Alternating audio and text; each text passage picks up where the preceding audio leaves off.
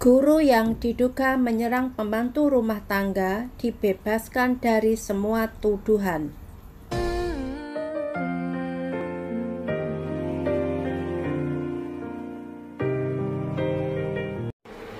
Hai teman-teman semua, bagaimana keadaan teman-teman di Hong Kong, di Indonesia, atau mungkin di negara lain? Semoga selalu dalam keadaan sehat dan bahagia bersama keluarga. Nah, teman-teman, kejadian ini terjadi pada seorang pembantu rumah tangga asal Filipina ya. Kalau teman-teman ingin tahu selengkapnya, coba simak kisah atau berita ini.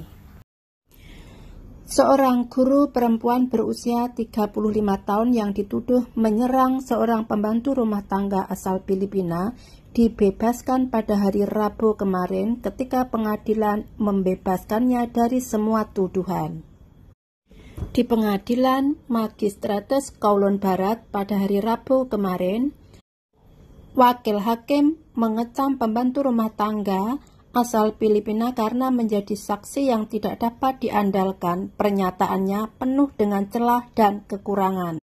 Terdakwa dibebaskan dari semua tuduhan termasuk 1 tuduhan penyerangan biasa dan 3 tuduhan penyerangan yang menyebabkan luka fisik karena menyerang pembantu rumah tangga asal Filipina di Junwan antara Oktober 2020 dan Mei 2021. Terdakwa juga menghadapi tuduhan memberikan racun dengan maksud memaksa pembantu asal Filipina untuk mengkonsumsi deterjen pencuci piring pada Februari 2021 dan tuduhan intimidasi kriminal karena mengancam pembantu Filipina bahwa keselamatan dan harta bendanya akan dirusak pada tanggal 29 Mei 2021. Keputusan hakim menggambarkan gugatan itu sebagai situasi 1 lawan 1 dan mengatakan kepercayaan pembantu rumah tangga asal Filipina adalah kunci dalam kasus ini. Namun pernyataan yang diberikan olehnya bertentangan dan dia mengubah jawabannya beberapa kali selama pemeriksaan silang.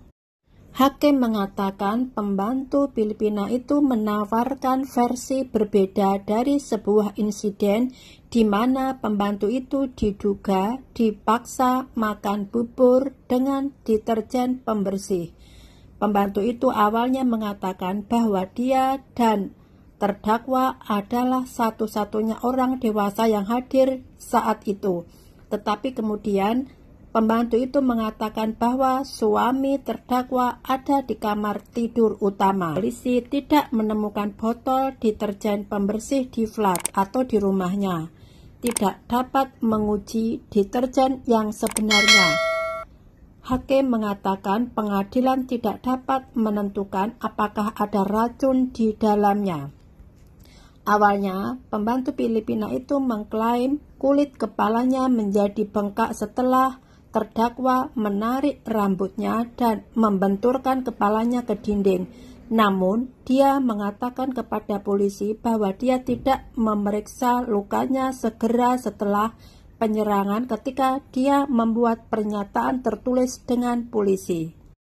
Adapun tuduhan bahwa terdakwa menggaruk punggung pembantu, hakim mengatakan terdakwa harus melompati tempat tidur di kamar tidur utama dan meraih tangannya di bawah pakaian pembantu itu untuk menyerangnya. Hakim mengatakan sulit untuk melakukan tindakan seperti itu dan sulit dipercaya bahwa pembantu itu tidak menghindari serangan dari terdakwa. Pembantu itu juga mengatakan kepada polisi bahwa terdakwa menggaruk punggungnya sekali dengan 1 tangan. Kemudian di pengadilan dia mengubah versi menjadi terdakwa dengan menggunakan kedua tangannya. Ketika ditanya mengapa ada 18 bekas cakaran di punggungnya, pembantu itu mengatakan beberapa bekas itu dibuat di masa lalu. Terkait tuduhan bahwa terdakwa menyerang pembantu dengan penggorengan, hakim merujuk penyelidikan polisi bahwa mereka tidak pernah menemukan penggorengan. pembantu itu kemudian mengatakan terdakwa menyerangnya menggunakan spatula dan menambahkan itu hanya kesalahan dari terjemahan. Tetapi hakim menolak penjelasan karena pembantu itu fasih berbahasa Inggris. Pembantu itu berkata bahwa terdakwa pernah mengatakan kepadanya, "Hari ini tanggal 29 Mei, hari bagimu untuk mengumpulkan atau mendapatkan gaji. Tetapi saya tidak memberikan gaji apapun kepada Anda." Namun, catatan menunjukkan bahwa pembantu itu mengumpulkan atau menerima gaji pada hari pertama setiap bulan. Pembantu itu juga setuju bahwa terdakwa selalu membayarnya tepat waktu. Hakim juga menolak penjelasan pembantu itu bahwa dia tidak melaporkan serangan karena khawatir dia akan kehilangan pekerjaannya, dengan mengatakan pembantu itu tahu betul tentang haknya dan dia bisa meminta agensi untuk mencarikan pekerjaan lain. Nah, teman-teman, bisa diambil hikmahnya dari kisah pembantu asal Filipina itu ya, bahwa kejujuran adalah hal yang paling penting. Waktu dia menuntut majikannya ke jalur hukum, hal yang dia ucapkan di pengadilan dan di kantor polisi ternyata berbeda-beda. Akhirnya pengadilan membebaskan majikannya karena tuduhan yang diucapkan oleh pembantu asal Filipina tadi tidak terbukti.